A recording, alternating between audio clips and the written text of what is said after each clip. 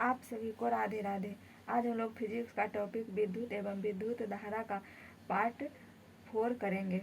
ये question number 116 से start होगा। आज का पहला सवाल है 116 नंबर का था, कूलाम्ब का नियम क्या कहता है? आंसर हो जाएगा ऑप्शन सी। दो बिंदु आवेशों के मध्य आकर्षण या प्रतिकर्षण के बल का परिणाम दो आवेशों की मात्रा के अनुक्रमानुपाती होता है और उसके बीच के दूरी के वर्ग के व्युत्क्रमानुपाती होता है। यह किसका नियम है? कूलाम्ब का नियम है। अगला सवाल है 117 नंबर, कहता है कि कौन सा उपकरण रासायनिक ऊर्जा को विद्युत ऊर्जा में परिवर्तित करता है? आंसर हो जाएगा ऑप्शन बी, बैटरी। अगला सवाल है 118 नंबर, कहता है एक इलेक्ट्रिक लैंप जिसका प्रतिरोध 40 ओम है और 80 ओम 40 ओम है और 8 ओम के सुचालक को 12 वोल्ट की बैटरी के साथ श्रृंखला में जोड़ा गया है, परिपथ का कुल प्रतिरोध कितना होगा? आंसर हो जाएगा ऑप्शन सी, 48 ओम। अगला सवाल है 119 नंबर, कहता है कौन सा नियम विद्युत धारा के ऊष्मीय प्रभाव से संबंधित है? आंसर हो जाएगा ऑप्शन डी, जूल का नियम। अगला सवाल है 120 नंबर, कहता है किसी प्रतिरोधक के माध्यम से प्रवाहित होने वाली धारा किसके डैश के व्युत्क्रमानुपाती होता है? आंसर हो जाएगा ऑप्शन बी, प्रतिरोध के। अगला सवाल है 121 नंबर, कहता है एक परिशुद्ध एमीटर के प्रतिरोध का मान होना चाहिए? आंसर हो जाएगा ऑप्शन ए, उच्च। अगला सवाल है 122 नंबर, कहता है यदि एक आयरन जिस पर 1000 वाट अंकित है को प्रतिदिन 3 घंटे चलाया जाता है तो उसके द्वारा 30 दिनों में उपर्युक्त कुल ऊर्जा KW ये किलोवाट घंटा में होगी? आंसर हो जाएगा ऑप्शन डी, 90। अगला सवाल है 123 नंबर, कहता है डैश द्वारा AC को DC में बदला जाता है? आंसर हो जाएगा रेक्टिफायर। अगला सवाल है 124 नंबर, कहता है वोल्टेज को स्थिर रखते हुए यदि अधिक लैंपों को एक श्रेणी परिपथ में जोड़ा जाता है तो परिपथ में कुल धारा घट जाती है?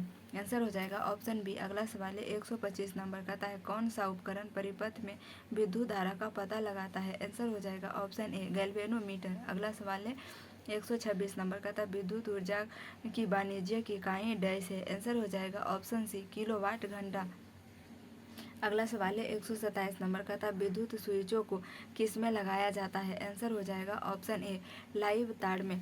अगला सवाल है 128 नंबर, कहता है एक विशिष्ट पर की एक माह में ऊर्जा खपत 9 × 10⁸ जूल है। इसकी ऊर्जा कितनी होगी? आंसर हो जाएगा ऑप्शन बी, 250 इकाई। अगला सवाल है 129 नंबर, कहता है प्रतिदिन 100 घंटा के लिए 200 वाट का एक इलेक्ट्रिक बल्ब उपयोग किया जाता है। बल्ब द्वारा एक दिन में डैश यूनिट ऊर्जा प्रयुक्त की जाएगी? आंसर हो जाएगा ऑप्शन सी, 2 यूनिट। अगला सवाल है अच्छा, इसको कैसे सॉल्व करेंगे?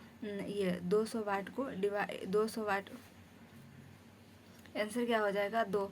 अगला सवाल है 130 नंबर, कहता है इलेक्ट्रिकल वायर हेतु अंतर्राष्ट्रीय रंग कोड के अनुसार निम्नलिखित में से कौन सा विकल्प न्यूट्रल वायर दर्शाता है? आंसर हो जाएगा ऑप्शन सी, नीला। अगला सवाल है 131 नंबर, कहता है बैटरी की क्षमता डैश में व्यक्त की जाती है? आंसर हो जाएगा ऑप्शन ए, एम्पियर घंटा। अगला सवाल है 132 नंबर, कहता है यदि कंडक्टर का प्रतिरोध 2 गुना हो जाता है तो विद्युत धारा आधी हो जाती है, यह किस कारण से होता है? आंसर हो जाएगा option B, I = V/R। I मतलब धारा हो जाएगा, I मतलब धारा यानी करंट हो जाएगा, V मतलब वोल्ट होता है और R मतलब प्रतिरोध होता है। अगला सवाल है 133 नंबर, कहता है यदि 10 ओम 8 ओम और 7 ओम के 3 प्रतिरोध श्रेणी क्रम में जुड़े हुए हैं तो परिपथ में प्रभावी प्रतिरोध क्या होगा? इसको जब श्रेणी क्रम में जोड़ा जाता है तो इसका इसका फॉर्मूला हो जाता है R1 + R2 + R3। तो ये R1 का मान दिया हुआ है 10 ओम, R2 का मान दिया हुआ है 8 ओम, R3 का मान दिया हुआ है 7 ओम। इसको तीनों को जोड़ेंगे, आंसर आ जाएगा ऑप्शन डी 25 ओम। अगला सवाल है 134 नंबर, कहता है कि विद्युत परिपथ में डैश होती है, आंसर हो जाएगा ऑप्शन डी विद्युत घटक, संयोजी तार सेल यानी बैटरी का प्लग कुंजी। अगला सवाल है 135 नंबर, कहता है किसी पदार्थ के प्रतिरोधकता के मान में इसकी चालकता निर्धारित होती है, निम्न प्रतिरोधकता वाली धातुएं, आंसर हो जाएगा ऑप्शन सी सुचालक की भांति व्यवहार करती है। अगला सवाल है 136 नंबर, कहता है किसी दिए गए विद्युत परिपथ में धारा को बनाए रखने के लिए सेल को इसमें संग्रहित डैश ऊर्जा खर्च करनी होती है, आंसर हो जाएगा ऑप्शन सी रासायनिक ऊर्जा। अगला सवाल है 137, कहता है विद्युत चालक के प्रतिरोधकता पर निर्भर करती है, आंसर हो जाएगा ऑप्शन डी सामग्री। अगला सवाल है 138, कहता है विद्युत परिपथ कनेक्शन कितने प्रकार के होते हैं, आंसर हो जाएगा ऑप्शन दो प्रकार के होते हैं। अगला सवाल है कौन से पदार्थ में उच्चतम प्रतिरोधकता है, आंसर हो जाएगा ऑप्शन ए एबोनाइट। अगला सवाल है 140 नंबर, कहता है यदि कई बल्ब एक परिपथ में समांतर क्रम में जुड़े हुए हैं तो और एक बल्ब फ्यूज हो जाता है तो अन्य बल्बों के साथ क्या होता है, आंसर हो जाएगा ऑप्शन डी अन्य बल्ब जलते रहते हैं। अगला सवाल है 141 नंबर, कहता है विद्युत धारा के तापीय प्रभाव के व्यवहारिक अनुप्रयोग पर आधारित नहीं है, आंसर हो जाएगा ऑप्शन सी इलेक्ट्रिक घंटी।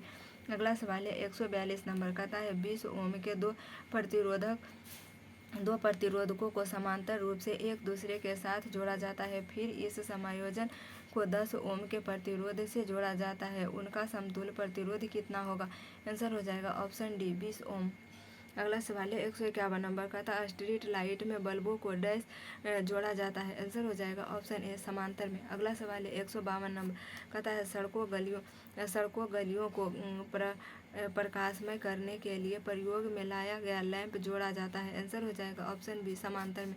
अगला सवाल है 153 नंबर, कहता है विद्युत बल्ब के एक फिलामेंट में 10 मिनट में 0.75 एम्पीयर की विद्युत धारा प्रवाहित है, विद्युत धारा के माध्यम से प्रवाहित होने वाले विद्युत आवेश की मात्रा ज्ञात करें, आंसर हो जाए ऑप्शन ए 450 कूलम। अगला सवाल है 154 नंबर, कहता है जब एक परिपथ में कई प्रतिरोध श्रृंखला में जुड़े हुए हैं तो करंट का मान क्या होगा, आंसर हो जाएगा ऑप्शन डी एक ही रहता है। अगला सवाल है 155 नंबर, कहता है किसी पिंड के माध्यम से कितनी विद्युत धारा प्रवाहित होगी यदि यह किसी 12 वोल्ट वाली बैटरी के टर्मिनल 1,00,000 ओम प्रतिरोध पर छूती है, आंसर हो जाएगा ऑप्शन सी 1.2 × 10⁻⁻⁴। अगला सवाल है 156 नंबर, कहता है कि यदि किसी चालक के सिरों के बीच विभवांतर दोगुना हो जाता है तो इसमें प्रवाहित होने वाले धारा में क्या प्रभाव होगा, आंसर हो जाएगा ऑप्शन ए दोगुनी हो जाएगी। अगला सवाल है 157 नंबर, कहता है कौन सा उपकरण रासायनिक ऊर्जा को विद्युत ऊर्जा में परिवर्तित करता है, आंसर हो जाएगा ऑप्शन डी विद्युत सेल। अगला सवाल है 158 नंबर, कहता 12 ओम प्रतिरोध वाली तार को दोगुना कर दिया जाता है, तार के नए प्रतिरोध की गणना कीजिए, आंसर हो जाएगा ऑप्शन डी 3 ओम। अगला सवाल है 159 नंबर, कहता है 10 ओम के दो समान प्रतिरोधक समांतर रूप से जुड़े हैं, यह संयोजक 10 ओम के तीसरे प्रतिरोधक से जोड़ा जाता है, संयोजन का समकक्ष प्रतिरोध डैश के बराबर होता है, आंसर हो जाएगा ऑप्शन सी 15 ओम। अगला सवाल है 160 नंबर, कहता है एक कंडक्टर का प्रतिरोध सीधे आनुपातिक है, आंसर हो जाएगा ऑप्शन डी लंबाई के।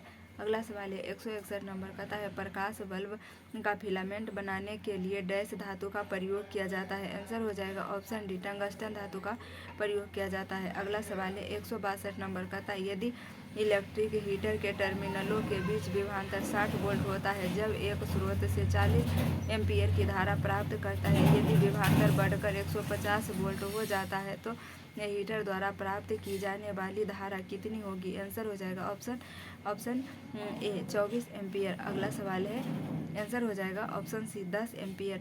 अगला सवाल है आंसर क्या है 10 एम्पियर। अगला सवाल है 163 नंबर का। तो विद्युत बल्ब का सूत्र फिलामेंट आमतौर पर टंगस्टन का क्या होता है? आंसर हो जाएगा ऑप्शन बी इसकी उच्च प्रतिरोधकता पथ के कारण। अगला सवाल है 164 नंबर का है एक दुकान एक माह में 250 यूनिट ऊर्जा का उपयोग करता है कितनी ऊर्जा का उपयोग जूल में किया जाता है? आंसर हो जाएगा ऑप्शन ए 9 × 10 के पावर 8 जूल। अगला सवाल है 165 नंबर का था कौन विद्युत धारा के ताप प्रभाव पर आधारित होता है? आंसर हो जाएगा ऑप्शन बी विद्युत हीटर। अगला सवाल है 166 नंबर विद्युत धारा का एक सतत और बंद मार्ग क्या कहलाता है? आंसर है विद्युत परिपथ। अगला सवाल है 167 नंबर का था दिए गए परिपथ में डैश का प्रवाह वामावर्त होता है?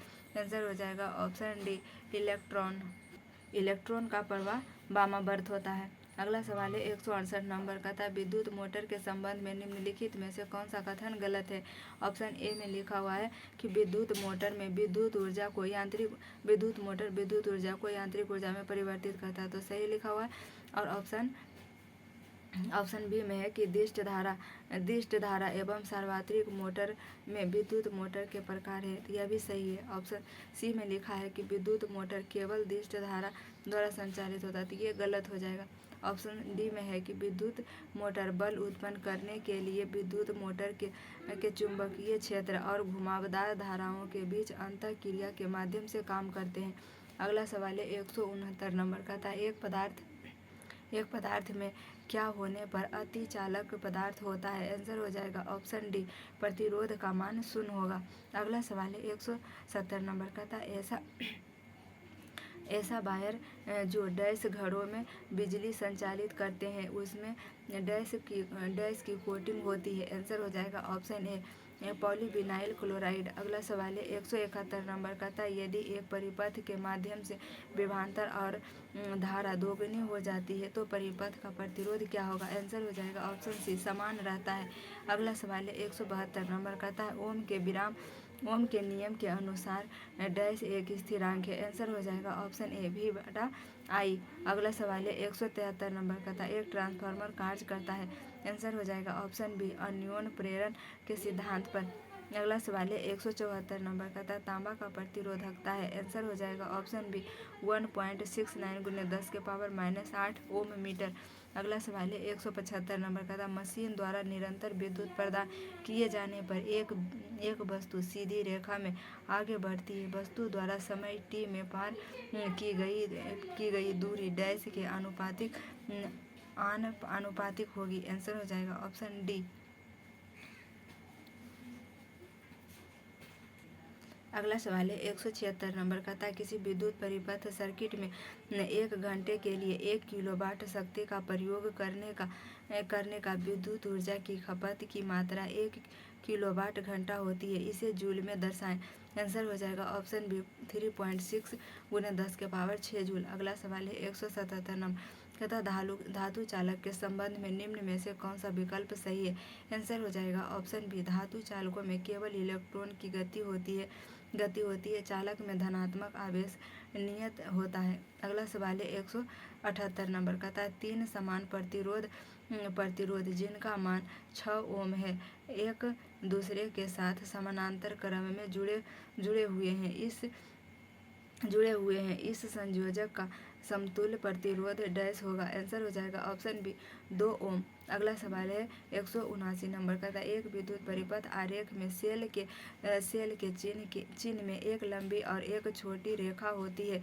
लंबी रेखा किसके टर्मिनल को दर्शाती है? आंसर हो जाएगा ऑप्शन बी धनात्मक टर्मिनल। यदि दो प्रतिरोधों में समान विभवांतर मौजूद है तो वे क्या होगा? समानांतर में जुड़ेगा। अगला सवाल है 181 नंबर का था किरचॉफ वोल्टता नियम अनुसार किसी भी संवृत पासा में सभी I मतलब धारा R मतलब प्रतिरोध तथा EMF का बीजीय योग हमेशा डैश होता है? आंसर हो जाएगा ऑप्शन ए 0 होगा। अगला सवाल है 142 नंबर कहता है कि कौन सा उपकरण विद्युत प्रवाह के तापन प्रवाह पर आधारित नहीं है? आंसर हो जाएगा ऑप्शन सी माइक्रोवेव। अगला सवाल है 183 नंबर का था एक सुचालक